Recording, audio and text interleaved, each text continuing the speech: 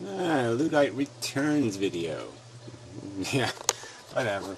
Another response video, so we'll just go through it. It's mostly going to be just about paraphrases and you know what the game is about accurately describing what somebody else believes before you can argue it.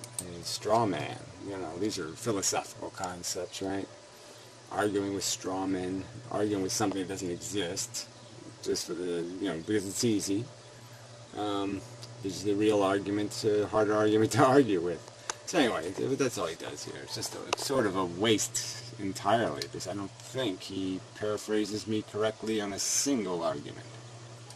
Unlike Inmendham, who apparently crawled out of his mother's womb possessing omniscience, I'm riddled with contradictions. Right, riddled with contradictions. I mean, I'm just saying, you go through your life and you're still riddled with contradictions.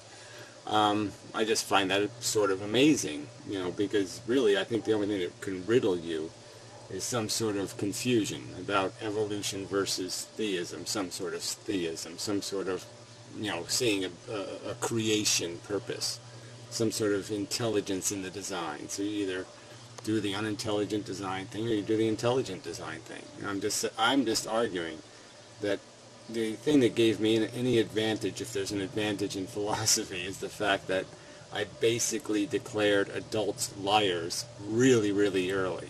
Like, their fourth sentence, I was already like, what? You're going with this story? That's all you got? I mean, I already, there was sort of game over. And I lived in an environment, in the South, full of bugs and critters and things, and so I could see what nature was every single day when I went outside. And yeah, so it just was all kind of obvious what was going on here, because there was no delusion to make it unobvious. You could just see the carnage. You could see this. Everything's just a victim of the circumstance. I mean, it's written all over it. There's no method to the madness. There's just madness.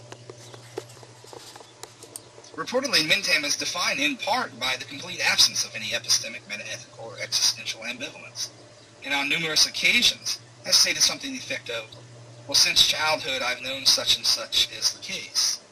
And then wears that like some kind of badge of honor. I don't do it for that purpose. I do it just to basically argue that these arguments are more about getting garbage out of your head, not putting the truth in your head. The real obstacle to the truth, and we see it all around the world, is that people already are clinging to bullshit. They're clinging to a lie. So it's not a fair fight. We're not fighting. The battle of ideas isn't taking place in some kind of honest arena. People are going in with an agenda. Okay, they're cheating as even spectators. They're active participants in manipulating and distorting the truth all over the place to their advantages. And not, like I said, the truth hasn't gotten a fair trial. And so yeah, I'm just arguing that the truth doesn't require any complex conceptual understanding. You don't need to know trigonometry or calculus or algebra. You don't have to read volumes of anything. You don't even have to read Darwin all the way through. It just isn't that complicated what's going on here. Instead of utilizing this as an opportunity for reconceptualization, to attempt to step outside yourself, as it were. Yeah, well, whatever. Again, so your premise is that somehow I was arguing that I had a stagnant, dogmatic belief, and it's not. It's just exactly the opposite. It's a belief system based on my impression. I arrived on Earth. They told me silly stories about Easter rabbits and Santa Clauses and gods. I said, this doesn't make any sense. If I was a god, why wouldn't I just say, hey, Gary, how you doing? What the secret, God hiding behind things, the whole thing was idiotic, silly, so obviously it's a bullshit story. The only alternative other explanation is that this horrid force that's making insects with gigantic pinchers and stingers and barbs, and every critter is covered with weapons. That's what nature's making. Snapping turtles. Side axiom truth conflation, and Instead, you've forged the definition of truth roughly as follows. Well, whatever Inmendham believes. Now, in such... Well, whatever. Again, this is a stupid argument to make, right? I mean, you know, I've explained what I believe and why I believe it. What is there for you to critique in that process? I have been forthcoming, honest. I try to find arguments. I go out of my way to deal with them. What is this argument that it's according to Mendham? No, it's an argument. You can either buy it or not buy it. I'm not forcing it on anybody. I'm not charging anything for it. I'm not hiding it or veiling it or covering it up or using any kind of special language. I'm not doing anything but simply arguing that this is the truth. This is what we're caught up in. You either get it or you don't get it. And my argument is usually if you don't get it, it's for some kind of not good reason. Either you're dumb as a stick, okay, or you have an agenda already, and you don't like something changing the game rules. Times the problematic subject-object dichotomy is useful.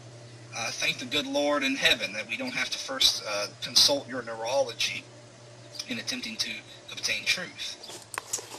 Consult my neurology. Sorry, no. So you brought up subjective and objective again, and this is just not that complicated. There's a truth out there. Like pi, right? Pi is a relationship that exists. Now, it has no material form. There's nothing out there that has pi written on it. There's no representation of it that's just glaringly, this says it, okay? It doesn't just say it. You have to discover it. Intelligence has to discover it. It's going to be invisible. Pi is invisible to the ignorant. The relationship between circumference and diameter. It's invisible to the ignorant. And it's only through intelligence that you discover the relationship. And value is the same kind of discovery. It's not going to have a material form. It's a description of relationship. And the relationship is the feeling organism, in my opinion, relationship to this thing we call important or meaningful, substantive, value. You purport to argue the arguments, which is goddamn frustrating because you're more than prone to default back into the ideological circle of protection where argument is no longer relevant. Yeah, you won't provide any evidence for that one at all. So begins the slanders, right? They really are just slanders because I have made myself pretty clear. So, for example, in your latest video, you proceed once again presupposing the hedonic asymmetry when that thing has been more destroyed than Hiroshima was in 1945. Well, you can say that. That's it, but whatever. I am not... You want, again, put words in my mouth. Fine, you want to just red bait. I have to defend Stalin. I have to defend Goebbels. Well, fuck you. I don't have to. I have my own philosophy. I'm not selling their philosophy. The fact that you can tear down somebody else's philosophy doesn't mean you did anything to my philosophy, retard. So again, this is just absolute nonsense. You want to keep changing the game rules. Well, go ahead, change them all you want, but they're not my rules. I never said there's some thing over here called a true positive, and then there's things over here called true negatives. I never said that. That's not my philosophy, retard, so I don't have to argue a philosophy that claims that, stupid fuck. Gee, this is such a straw man. You bastard. I never even used the word asymmetry before Benatar. All right, it really isn't my argument. And obviously, Benatar's asymmetry is a clear one. Why don't you just deal with that? Why do you have to convolute everything? Oh, that's right, you have to convolute because you can't deal with the arguments that are really on the table. And I see now that debating the hedonic asymmetry with you, among other things, is about as fruitful as debating a brick wall. Or whatever. Why should I have to debate some obscure, irrelevant philosophy that nobody has advocated or brought up explicitly? Why is that my obligation? Why do you get to change my philosophy into something else and force me to argue it in the form you've converted it into? Why? I mean, that's just obnoxious. And then what am I to do but laugh when you then reference anti-phantasmagorical brick walls of truth? Now, you state that the truth should... I don't even know what that even means again. So what is your point? Again, I can't make it any clearer, okay? You want to play with a word like hedonism, go ahead and play with it. I'm calling foul. You cannot call something a hedonistic asymmetry, all right? You just can't. You want to play a game like that and pretend that's the truth, that hedonism somehow is risk averse and is negative utilitarianism? Well, I'd say that's just got to be a lie. Okay, there's no way you convert hedonism into those things. So this is just, again, why should I tolerate this? Why should I have to argue again? Why should I have to defend Stalin to defend socialism? Why? When, even if it kills you. Fair enough, but in that you do not value life, I suppose this wouldn't be much of a sacrifice. But let's say instead of the truth killing you, it tortured 10,000 babies. Should it? Well, whatever. Like the truth could do that, right? So you have a preposterous thought experiment. So you're saying that the truth wouldn't win in the end? The argument is, the reason why the truth has to win is because the truth has all probability on its side. You've always got to invest in the truth, because we know what lies do. We know what falsehoods do in terms of creating a mess. All right? Truth is more likely to solve a problem than a lie is. And so it's just a matter of principle. You have to invest in the thing that's the reliable winner, and you have to avoid the thing that's the reliable loser. That's the only point being made here. All right, so you want to argue some kind of preposterous nonsense that somehow the truth is going to create, it's going to make you less capable of dealing with the world, and somehow more suffering is going to be created by you believing the truth or understanding the truth. Well, that can only be true in a very short term, right? That can only be like a half-truth. Could only create some kind of harm. So in the end, though, truth would rectify that, right? So you still have to invest in truth. And truth is kind of a staircase thing. You can't just jump over stairs. You can't be unaccountable to stairs. And many truths are built on the previous stair existing. So if you don't accept that stair, you can never go any further on that branch of truth. Right? So that's part of the obligation here, because a little knowledge is a dangerous thing. Yes, that's true, but ultimate knowledge isn't. And that's where you're heading. Truth win? I mean, you value truth that much. What's interesting here is you've introduced a normative... Well, I'm just saying that philosophers especially cannot play a game with the truth. Their whole job is either to accurately describe or prescribe. That's the job of the philosopher, person describing and prescribing, diagnosing and prescription. This isn't complicated. And you can't do that with lies and nonsense. Not reliably. Value as against metaphysical hedonism, in your case coupled with negative utilitarianism, such that only one's averse affective states are evaluatively relevant. I thought that... Like that even makes any sense. Again, there's two parts to your existence. There's your personal, subjective, psychological experience. And then if you're going to be a thinking person, there's the character of your understanding. Okay, the knowledge base, the information's credibility, and your interpretations, which you've done to it. How you've molested those truths into some theory or some postulate, some prediction, and that's a measurable, credible thing. So one, you're going to be living as a personal, subjective thing, your psychology, your happiness. The other is a bigger picture, your influence on the world, your understanding of the truth. So if you're going to be a philosopher, truth matters. What the hell did this pop up for? Hopefully there's nothing important. The whole fucking point of your virtual reality was to escape the awful truths of existence. Right. I never proposed virtual reality as a place to go to seek the truth.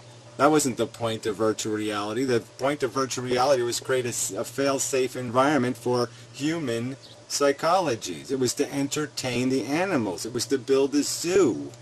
You don't build zoos to do philosophy. It wasn't a place that was supposed to have anything to do with the truth.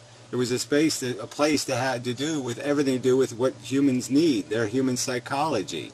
It was an overt premise of my proposal for virtual reality that the world be fake, that it take reality out of reality, it take all the bad bits out, it weed reality of reality. That's the whole point of it. So again, what is this? This is just such a grotesque straw man. I mean, I couldn't have been more overt in my statement. So to imply that I suggested we go to virtual reality to do philosophy, that's fucking idiotic. It certainly can't be. You certainly can't defend that with a quote anywhere where I said, yes, go to virtual reality and do hard thinking, hard depressing thinking. No, I don't think so. Shit for brain. And in that it would not be irrational to not enter into said virtual reality. There must be something wrong with the metaethical position of welfare hedonism. That is... Again, so you use hedonism again. That's what, the fifth time in this video? So again, you're doing exactly what I stated you're doing. You're just using it as a slander word. You're fucking pedophile. You're just a molester of everything. It doesn't matter what it is, you will molest it. Fuck. Other than pleasurable and at first effective states, it is evaluatively valid to consider the intrinsic value of perhaps creativity, autonomy, persons, truth, integrity, and so on. Well, you can do all that you want to. You can write a theory that all this psycho crap, okay, that somehow there's greater glory in somebody winning a real gold medal than in some a retard winning the Special Olympics and thinking he won a real gold medal. That somehow there's a qualitative real difference between these things. You can pretend, you can propose that as a theory, and I'll ridicule and mock it as just absolute nonsense, because these perceptions don't matter. You want to pretend that some of your little horninesses mean something, that these are really valuable things that you're horny for? No, I'm sorry, they're not. They're contrivances of your psychology. There's no intrinsic value in the thing, in the glory, in the your ambitions, unless your ambition is to cure cancer. Beyond that, your ambitions are shit. In principle, the virtual reality solution is no different than the opium of religion. Oh, please. I frankly, even the religious would point out to you that opium sucks. That religion doesn't exactly give you a great day. It's not exactly a great life. Sorry, I really don't see religion as an opiate in the fun sense. It's an opiate in an addiction sense. And now you're controlled by the addiction to this silly philosophy. But it's not an opiate in the fun sense at all. And virtual reality is, come on, fuck you, you idiot. I mean, all you need is a little bit of imagination to imagine virtual reality being one hell of a good time. One makes boners, one kills boners. Not complicated. Though assuming truth has value, perhaps with even less integrity. Because... Yeah, whatever. Again, virtual reality isn't intended to have any philosophical integrity. You don't go there to have integrity. You go there to have a good time. Retard. At least religious persons may so adhere to the doctrines of their faith, though it may be an opium, not because it's an opium, but because they believe it true, even if objectively untrue. Where choosing virtual... And once again, I don't see it as any kind of good time, okay? So, like I said, I don't even see how you can stretch these comparisons at all. This is a silly comparison. Again, you're just attempting to slander virtual reality with religion, which is... they couldn't be further apart. One claims that the world is imperfect, we can make it better, at least for our psychology. The other claims a God created it, you can't touch it, you can't do anything, we can't make it better, God knew what he was doing. I mean really, can you get two philosophies on further ends of the stick? Can they be further apart, and you're going to slander one with the other? I mean, you're just such an abuser. Reality is to actively choose delusion on its face. So by your own reasoning, one should reject entering your virtual reality. Well, every time you sleep with a woman, you delude yourself. I mean, we're all living delusions. That's the whole point. Our psychology is dependent on them. You know, delusions that give us hope and give us capacity to play this life game, to step out of the reality and navigate moments of this without burden. I mean, it's just a normal functionality requires you to do that. The only argument for virtual reality is it does it for you. It synthetically does all that work. It does all that filtering and creates a world where you don't have to filter, where you don't have to narrow your perception. And here we were thinking you were without contradiction. So again, you're going to accuse somebody of being self-contradictory or making contradictory statements based on just the lousiest of evidence. It's just slander. You're just a slandering propagandist.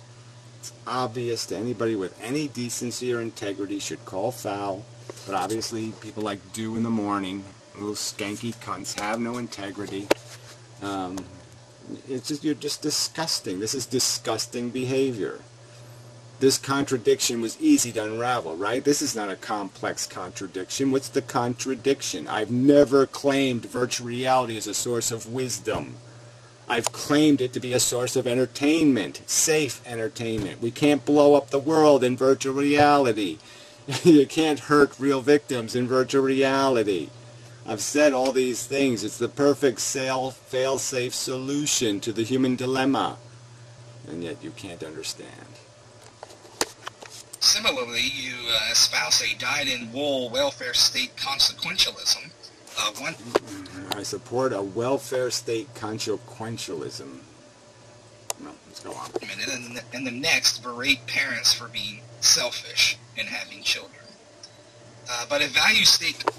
I mean, look, again, these things are very different, right? You can't tell the difference between caring for victims and stopping perpetrators. I mean, clearly, when you're having kids, you're a perpetrator. When the kids exist, they're victims. Gee, not complicated. Consequences are all that are prudentially relevant. Intentionality is morally irrelevant. Well, it's not about a moral claim, is it, shithead? So again, you just keep lying. Where have I talked about morality? Nowhere. I talk pragmatically about what is required. What is conducive to civilized behavior? Oh, civilizing understanding and principle. That's right, you have to understand a few principles before you can be civilized. If you don't understand those principles, you're not likely to be civilized. If you don't know sentient things feel, then you're not likely to take account of their welfare. If you think the only kids that matter are your kids, then yeah, you'll neglect other kids. Right? We can just keep extending the scale. Obviously, the slave owners had a huge perceptual limitation. They minimize something into non-existence, into not having existence as its real substance. They took its substance away through thought crimes. Okay, and they're that obvious. So it's just such a fucking, again, you're just such a slandering weasel. In pointing to demographic trends, is it more reasonable to believe that there is some mass trend towards the unselfish adoption of anti-natalism, where personal desires and inclinations are set aside in the name of some? No, there's no setting aside. Most people don't want the hassle. They don't want the responsibility, right? So they have like one child. That's all. Lots of couples have one child, and that's all they have. And then on the whole big pile have just two. So they don't do that 0.1 or 0.3, however the math is you do. That's going to indicate perpetuation of the race, of the species. So yeah, that's what most people are doing. They're just concluding, I don't need this shit. They're not making a statement. I'm not claiming they're making a statement beyond their statement being, oh, this apparently isn't something everybody is just so obsessed with, and they just have to have 2.1 children or more. No, they don't have to do any of that, apparently. And apparently you wish to placate the minority that does. You wish to say they are human, and the rest of us are not. The majority who don't have 3 kids are in some way flawed, and the people whose needs and wants and desires and expectations have to be placated, and we all have to be taxed out of existence to placate, they're the ones who have the real desires. No, I'm sorry. Fail.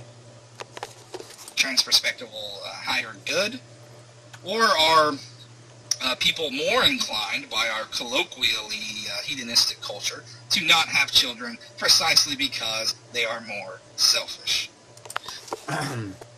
Yeah, again, to make any argument that people do anything for something other than selfish reasons is stupid.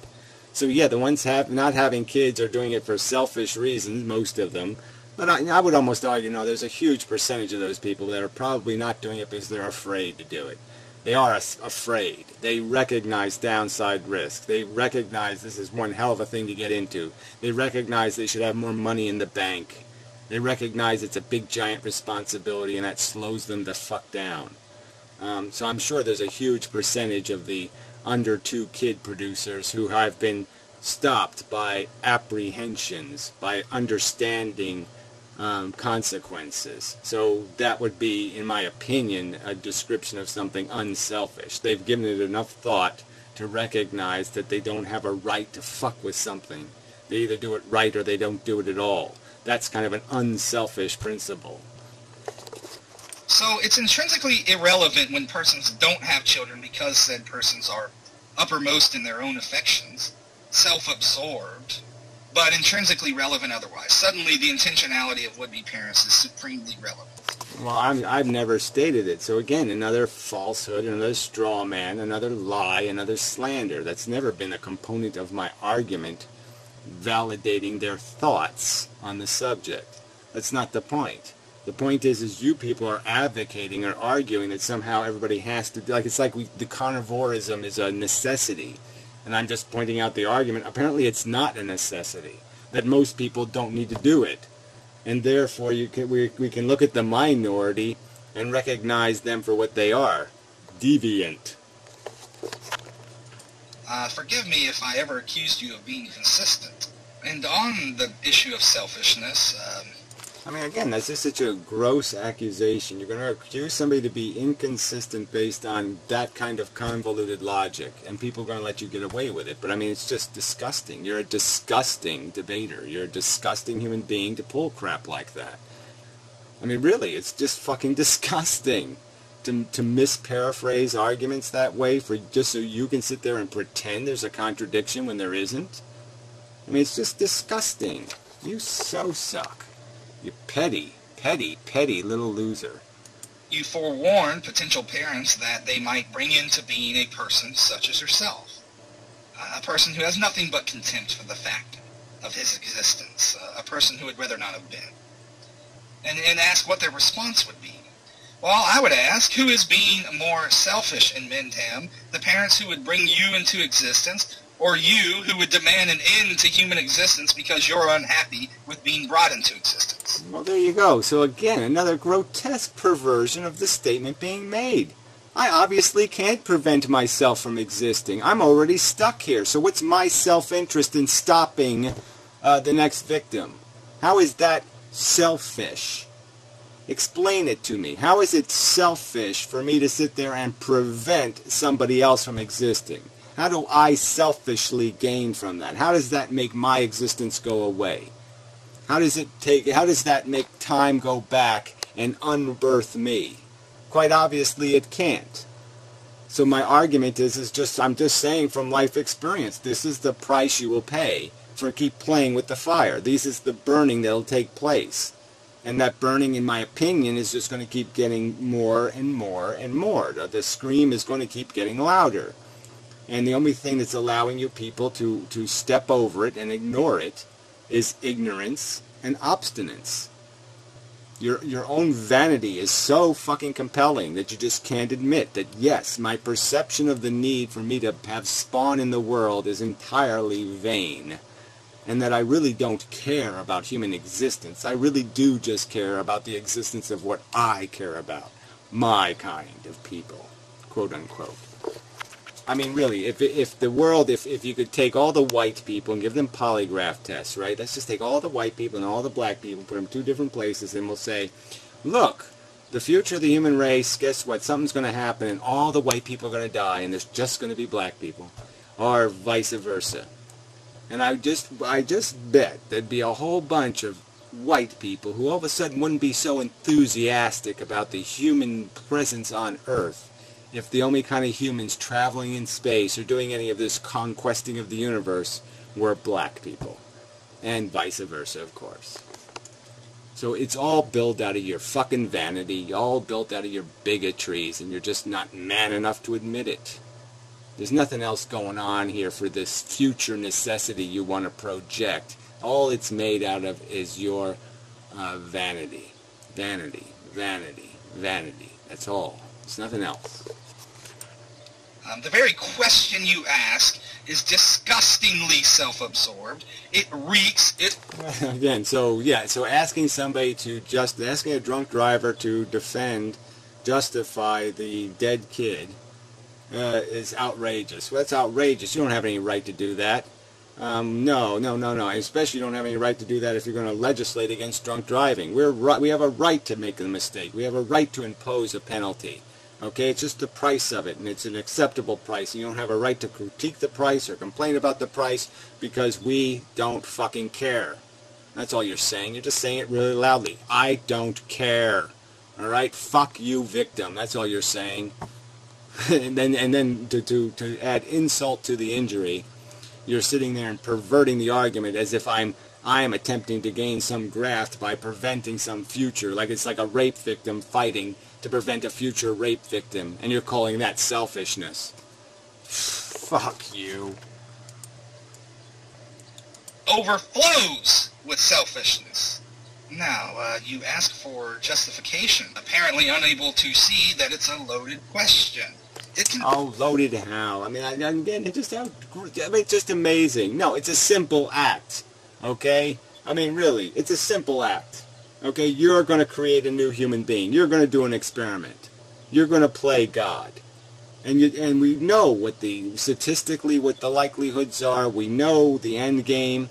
We know they have kids, and then they have kids, and then a certain number of them are going to die, and then a certain number of them are going to die a bad way in nursing homes or whatever. Blah, blah. We can go down the whole scenario, and it'd be your chunk of that slop that we call humanity. And you're saying you have a right, and I'm just saying where? What's your justification? Where's your authority come from?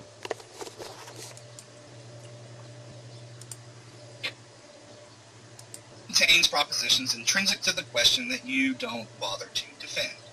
For example, as I've already highlighted, the question assumes mental states have causal import, which your own philosophy of mind rejects. Well, again, that's a lie. I mean, my philosophy of mind is that it's a necessary part of our evolution, of our functionality, of improving us, is knowledge. Knowledge moves between human beings. There must be conversation. There must be understanding.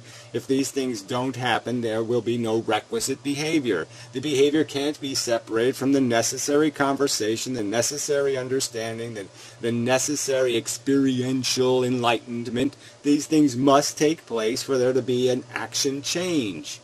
It can't take place any other way. The ingredients must move. They must be baked through this engine of determinism.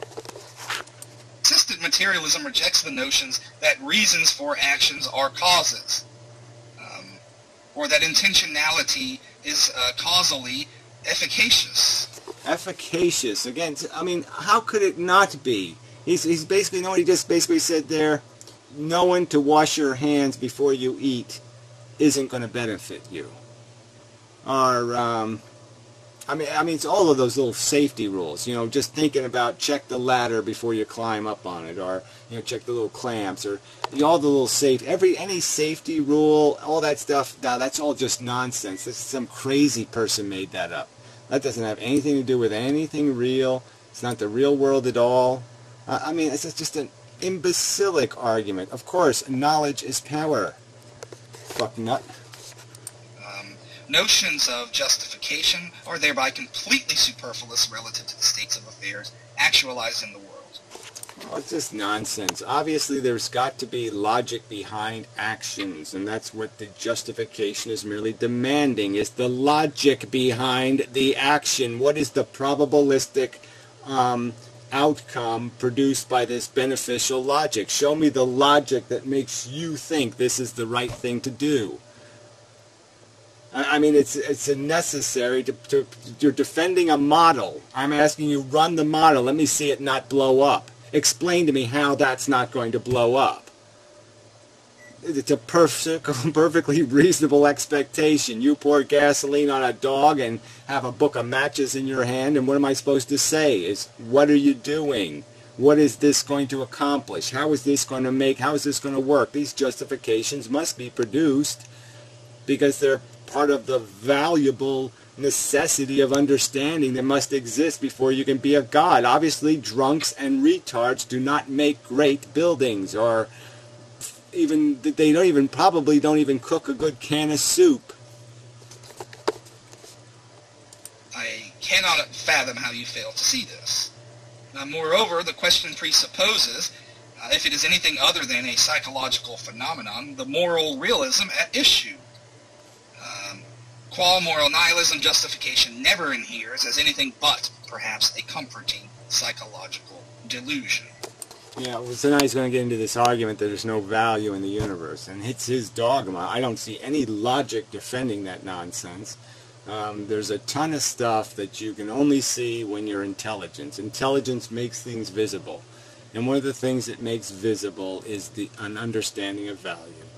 It's the formula. It exists in the math of the universe itself, in the material form, in the structure. There are things that have qualitative states. They generate them. Living things generate these states. And it's not complex. It's complex in form, but it's not complex to recognize because I rode in it. I'm driving one of them right now. I am one of them right now. I mean, there's no doubt about the fact that this is a significant experience, that this mouse and a living mouse are not the same thing by any stretch, and one generates value, reality, and one does not. God, you suck. Nihilist cunts. But unreflective of any normative truths, as there are no normative truths. There's the dogma, right? Where do you declare this from? So there's pi doesn't exist, because pi can't be demonstrated beyond showing me the actual matter. I mean, you can't put the formula itself in a jar. You can't do anything with it. I mean, it's an abstraction. It's a definition, a description of relationship. Therefore, pi doesn't exist. It doesn't exist as a relationship. I mean, there's going to be things in this world that are not going to be materially obvious. They're not going to, matter against matter. They're going to be concept against concept. But fuck you. And it is here you always default back into the ideological circle of protection, crying suffering matters, which, of course, doesn't establish shit. Well, whatever. My personal experience does establish shit for me, anyway. Like I said, you can't take it away from me. I'm certainly sitting there saying I'm conscious. What's the biggest feature of consciousness? Oh, yeah, I have this preposterously capacity to have these preposterously negative experiences and these really interesting, fun experiences. And this is what I live in. I live in a world where I can feel really interesting, like in a good, fun, tingly boner way, or I can feel really obnoxiously horrid. And that this stuff that I feel just screams value. It just says it. It's just overtly going value. And there's just no way I cannot understand what it's saying. It's screaming, I'm creating value. And you're telling me that experience doesn't mean anything. That's just an illusion. That's just a figment of my imaginations. Now we're back to... So these are the premise of your nihilist cunt arguments, is that you're going to negate the existence of value, and then you're going to waste people's time talking about how the world, like it matters what you think. Why would it matter whether it all blew up or it didn't blow up? Why would it matter whether there was 7 billion people ended up in a gulag and had nails shoved in their eyes? Why would it make any difference whether it was completely preposterously stupid? Why are you on the internet making arguments if you believe there's no value, shithead? I mean, you talk about a contradiction. I mean, jeebs. You're wearing women's fucking underwear on this subject shit for brain.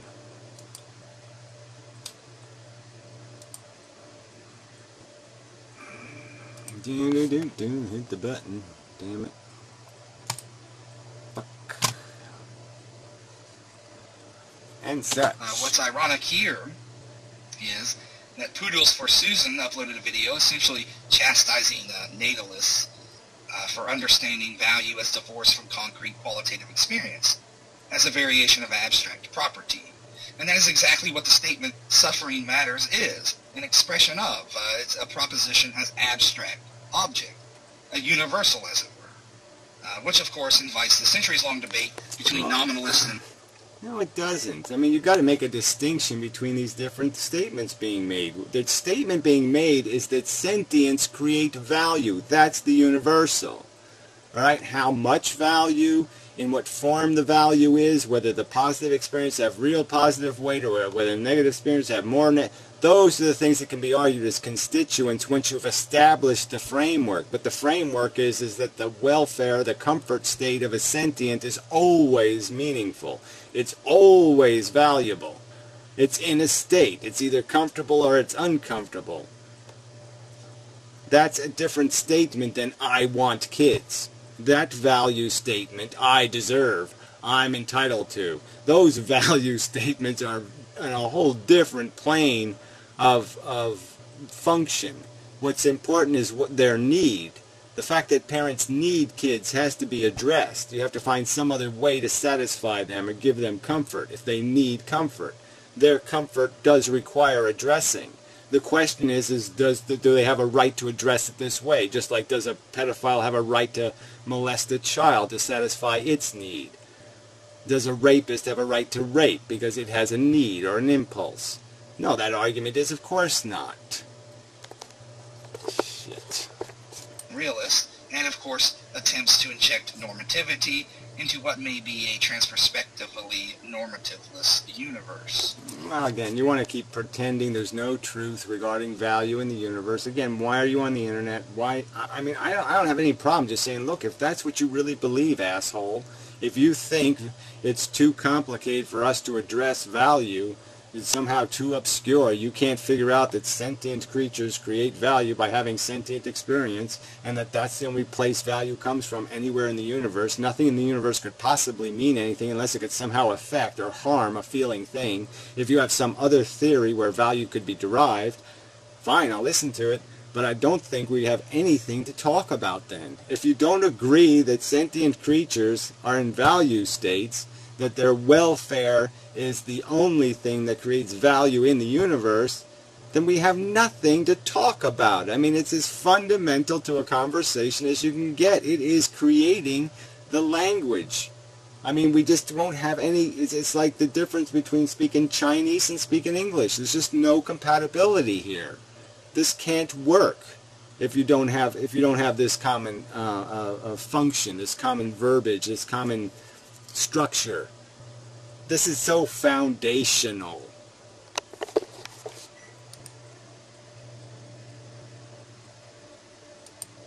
I mean, I personally just would have I have no anything. I have nothing to say to people who have no capacity to recognize that truth, to tell you the truth. I mean, you're worse than goddamn animals. Animals are ignorant.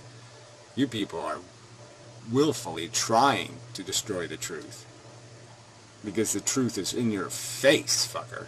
It's in your own goddamn psychology right the fuck now, screaming at you. Now, I want to offer a public apology to the spirit of Emmanuel Levinas. If you're out there, spirit, huh? Mr. Levinas, I'm sorry. I should have known better. In my defense of efilism, then introduce your thinking into the mix. Not because of any absence of value, but because I should have predicted that Inmendham would ingest a 2-liter bottle of milk of magnesia and shit all over it. Yeah, so again, this is taking the high road, huh? So people make all these accusations. Have I done this to any of people on, this is just, what the fuck is this bullshit? Yeah, I mean, fuck. I mean, you sit there and will argue that I somehow have lost credibility because of some contradiction, and you pull this kind of shit, right? And then you weasels complain about my rhetoric? 2 in the morning? I mean, could you be a more duplicitous cunt? You endorse this as an argument tactic? And as to this French philosopher, why should he be any different than all the other 9,678,000 philosophers I couldn't give a fuck about? I mean, really, we're sitting here in the modern age with a ton of all this new information we've gleaned in the last 100 years, and you assholes want to sit there and throw philosophers at each other. Dead ones. You want to argue with dead philosophers. It's like you're holding them with their legs, and you're trying to bash each other over the head with dead philosophers. I mean, it's preposterously stupid and ignorant. Either you make an argument you can defend, or you don't. But what is this need to do all this quoting? What is the need for this, beyond the fact that somebody has a great quote? I mean, if there's a great quote, it's a great quote. But some are a lot, better than others. I mean, I love the Einstein quote, that, time is an illusion. And he says it's one hell of an illusion. Well, that's just a good argument, man. Doesn't matter whether Einstein said it or Joe Smo said it. It's just a good fucking way to say, yeah, illusion doesn't mean it isn't real.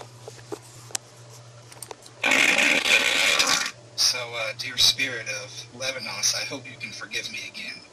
Yeah, even the insincerity of that, right? I wonder how much this guy, this Levinas guy, you have so much respect for him that you will talk about him right in the middle of doing that. I mean, he was a philosopher of so little integrity or discipline or principles that he would have found that a great argument. So in your apology, you malign his credibility in a sense. There's no other way to look at it. I mean, frankly, I wouldn't find it, it almost demonstrates just how preposterous your ego is. I mean, you really are egomaniacally preposterous. I mean, that's why you probably have all these tattoos and all the rest of this stuff, is that you have this monstrous, huge, giant, unrestrainable ego. Just how obnoxious that is, that you would think that, yes, Mr. French philosopher guy, I'm going to put a fart joke right in the middle of a discussion of your philosophy. Wow. So you're not only competent to create life, you're also competent to play with another guy's reputation and name and philosophy and stick for all time a big fart joke right in the middle of it while you're apologizing. Yeah, right, that makes sense. But if being is understood in part as being as process of being replication, then Schopenhauer's will to life would seem an expression of being, thus understood. Yeah, whatever. I mean, you want to pretend that your being is something to do with your reproductive organs and the decision that is the decision now to have kids, right? We understand the process. We can still have good sex without having... The connection between sex and kids has been broken by technology. It's now a matter of choice. You choose to procreate, and why do you do it? Well, it's a selfish reason. It's not a good reason. That is, will, as the will to life, would seem otherwise in ethics, where ethics is otherwise than being. And behold the will to power. Nietzsche argued that the will to power is stronger and more universal than the will to life, antecedent, as it were. And this... Yeah, whatever. So now you're just putting in all this propaganda, this religion of yours in here, this dogma of Nietzsche, the Nietzschean dogma. Like there is such a thing as a will to power anyway. We know what our will is made out of. Again, food, sex, ego. There's nothing else happening inside of you, buddy. Might be where we could discover an ethic of otherwise than being, while not shunning being as process. Not shunning being as process. Yeah, obviously we're in process, but the point is that we can understand the game we're playing. That's all. So he's saying just play the game, don't think about the rules. And don't ever suggest changing any of the rules. Just do what the DNA molecule says. Don't think anything else. Don't listen to anybody else. I mean, it's like the most draconian of the fundies. Don't hear any outside influences. Don't dare. It's a threat to your being. It's a threat to your recklessness. It's a threat to your stupidity. It's a threat to the waste and squander that'll be your life if you choose to be rude to the truth. Dumbasses. Anyway, really disgusting. What a disgusting creature. So, 13 likes, no dislikes. So he has a fart humor in it, and the whole video is mischaracterizations. The whole video. So it's just more lying Nietzschean atheists. So yeah, I mean, so keep arguing that somehow the threat is the Christian lunatics, when this is what atheists do to the truth. This is how big a rape they'll do to the truth. They have no principles or integrity or decency. They're disgusting behavior. Fucking assholes. Anyway, enough said. I'll save this comment section for later, I suppose. See who shows up. I have to think of some appropriate response beyond this hour of defending myself against lies and slander. I mean, he does deserve some sort of touche. More than defending myself against his outrageous accusations. He should be harmed in some way. He should have, an act of aggression come his way. Disgusting jackasses.